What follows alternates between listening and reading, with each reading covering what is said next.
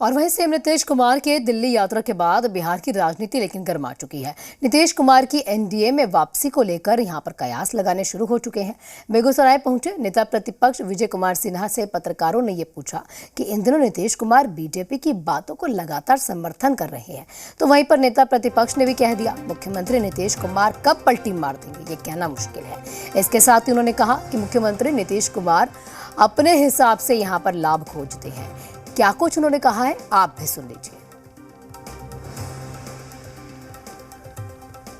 नीतीश जी लगातार बीजेपी के बातों को इन दिनों समर्थन बराबर कर रहे हैं। क्या लगता है बिहार में खेला होने वाला है क्या? नीतीश जी कब समर्थन करेंगे, कब विरोध करेंगे, अपने सुविधा के हिसाब से वो बोलते हैं। क्या लगता है बिहार में खेला होने वाला है क्या? तो वही बताएंगे।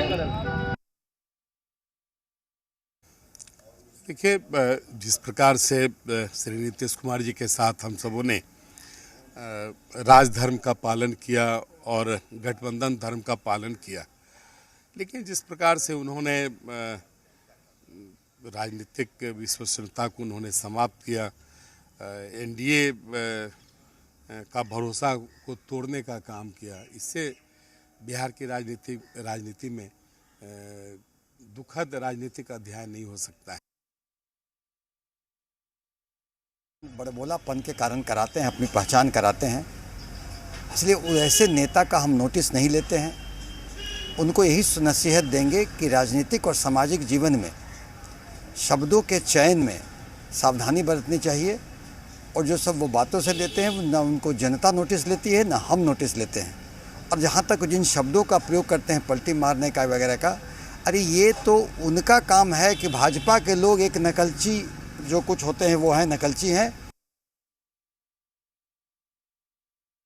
हंसी आती है विजय सिन्हा जी के बयान पे। गाछ में न कटहल, होठ में न तेल, दुल्हन बन के थाली सजा के टकटकी लगाए बीजेपी वाले बैठे कि नीतीश कुमार जी आए और उन्हें मिले।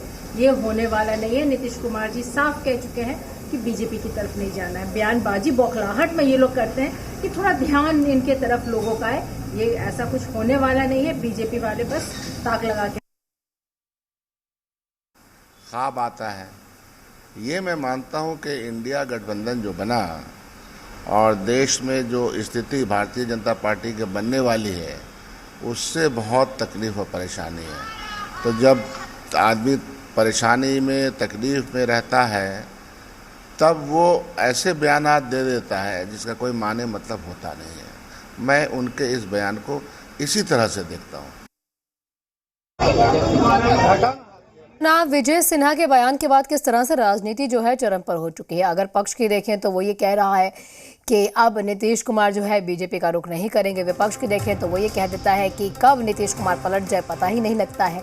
आपने भी सुना क्या कुछ राजनीतिक बयानबाजी अब इस मामले को हो रही है। एक बार जानकारी आपको दे दें, क्योंकि दिल्ली की यात्रा करने के बाद जब बिहार नीतीश कुमार लौटते हैं तो उसके बाद इस तरह से सियासत गर्मा जाती है कि बार बार इस चीज़ों को कहा जाता है कि नीतीश कुमार को ज़्यादा ही बीजेपी के जो छोटे छोटे बातें हैं उनको सपोर्ट कर रहे हैं। तो इसी मामले को लेकर जब विजय सिन्हा से पत्रकारों ने सवाल किए तो उन्होंने भी कह दिया कि नीतीश कुमार अपने फायदे को लेकर कब पलट जाएंगे ये किसी को नहीं पता। वो कब अपने फायदे के लिए अपना लाभ खोजते हुए कहां चले जाएं ये किसी को नहीं पता।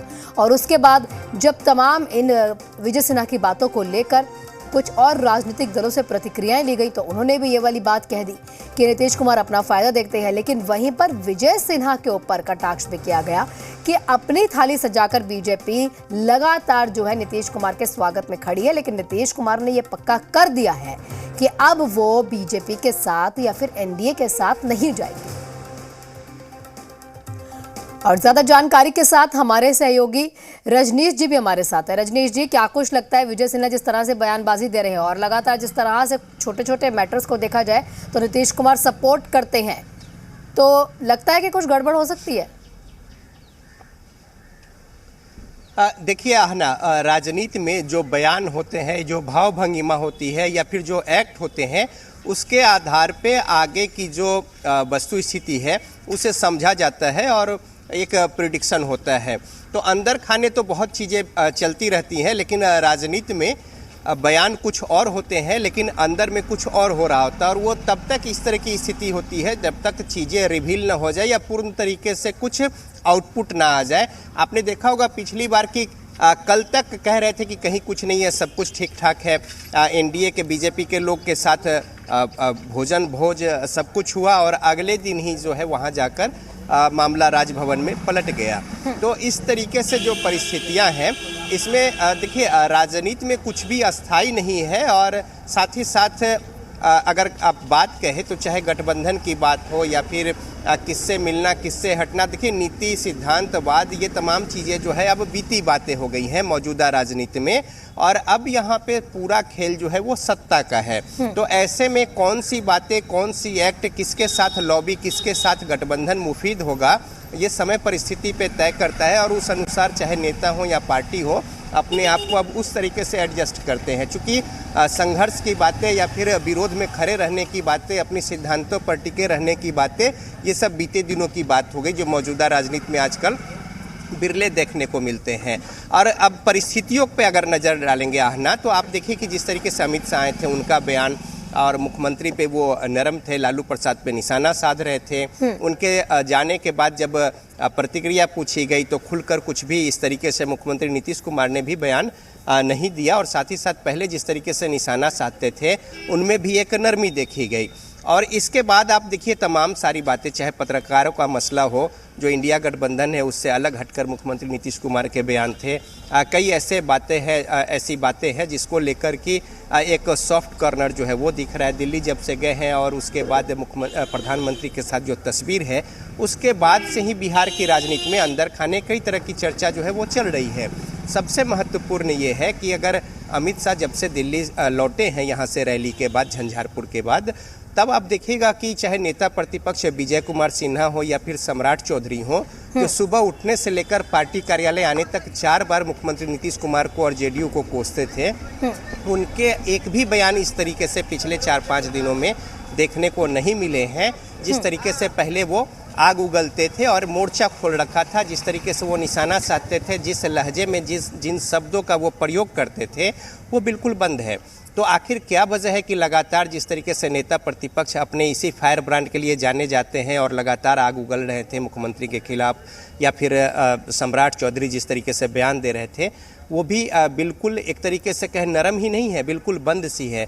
और ऐसे में जब ये बयान आता है विजय कुमार सिन्हा की ओर से कि अपने फ़ायदे को लेकर या फिर अपनी शर्तों पर या तमाम बातें या कब इस तरीके से क्या कुछ हो जाए, तो जाहिर तौर पे एक कहीं ना कहीं मन में शंका संशय होती है। चूँकि अब वो चीज़ें नहीं रह गई कि यहाँ पे जाए तो लोग क्या कहेंगे और ऐसे होगा तो फिर क्या होगा। चूँकि राजनीति में समीकरण और नाप तोलकर कदम जो है वो उठाए जाते हैं। तो ये नफा नुकसान का इल्म, अपने जो तजुर्बे है राजनीतिक और तमाम सारे जो उनके अनुभव है इतने लंबे समय का, इसके अनुसार वो भी रखते हैं, मुख्यमंत्री नीतीश कुमार भी रखते हैं और तमाम राजनीतिक पार्टियां भी अपने उनके धुरंधर है, राजनीतिक विशेषज्ञ है, रखते हैं। तो बहरहाल अब जो परिस्थितियां 3-4 बातों को अगर कोरिलेट करके देखे आहना तो बातें काफ़ी कुछ निकलती है, जिसको लेकर के बिहार की राजनीति में चर्चा जो है राजनीतिक गलियारों में वो तेज़ है। लेकिन अब आने वाले समय में किस तरीके से और क्या कुछ डेवलपमेंट होता है, चूँकि जैसे जैसे चुनाव करीब आएगा वैसे वैसे बहुत सारी चीज़ें जो है या फिर तब्दीलियाँ या फिर अंतिम तौर पे जो धरा होंगे, इन बातों को लेकर भी कई सारी बातें अभी देखने को मिलेंगी। तो लिहाजा इस कड़ी में ये भी बयानबाजी और इस तरीके से प्रतिक्रिया भी वो भी देखने को मिल रही है। ना लेकिन रजनीश जी, जिस तरह से बातें अभी निकल रही हैं कि भाई बीजेपी की ओर से जो तमाम नेता वगैरह देखे जा रहे हैं उनका दिल जो है वो नीतीश कुमार की ओर काफ़ी नरम भी दिखाई दे रहा है। लेकिन अगर एक थोड़ा सा हिस्ट्री पर भी जाए, नीतीश कुमार जिस तरह से चीज़ें करते हैं उसमें ये तमाम चीज़ें देखी जाती हैं कि जब भी उन्हें कुछ बड़ा सा कदम लेना होता है तो वो बहुत सॉफ्ट दिखाई देते हैं अपने बयानों को लेकर। देखिए यही तो राजनीति है। दूसरी बात महत्वपूर्ण ये है कि बीजेपी के लिए अभी देश की राजनीति ज़्यादा महत्वपूर्ण है और केंद्र में सरकार हो, इसको लेकर बिहार की जो 40 सीटें हैं ये ज़्यादा महत्वपूर्ण है। बीजेपी को ये पता है कि यहाँ पे जिस तरीके से सामाजिक समीकरण और लोगों के जो मनोभाव है वोट कास्ट करने को लेकर, दो धुरी जब मिलती है, चाहे वो जेडीयू और आरजेडी हो या फिर जेडीयू बीजेपी हो, जो भी 2 धुरी 3 धुरियों में इकट्ठा होती है तो फिर पलड़ा सीधा सीधा क्लीन स्वीप की ओर होता है। पिछले बार आपने देखा होगा कि किस तरीके से 39 सीटें 40 में एनडीए के खाते में चली गई थी जब मुख्यमंत्री नीतीश कुमार बीजेपी के साथ थे। उसी तरीके से जब आरजेडी के साथ थे तो आपने देखा कि किस तरीके से 2015 का जो 2000 जो चुनाव हुए थे तो उसमें किस तरीके से बीजेपी को मुंह की खानी पड़ी थी।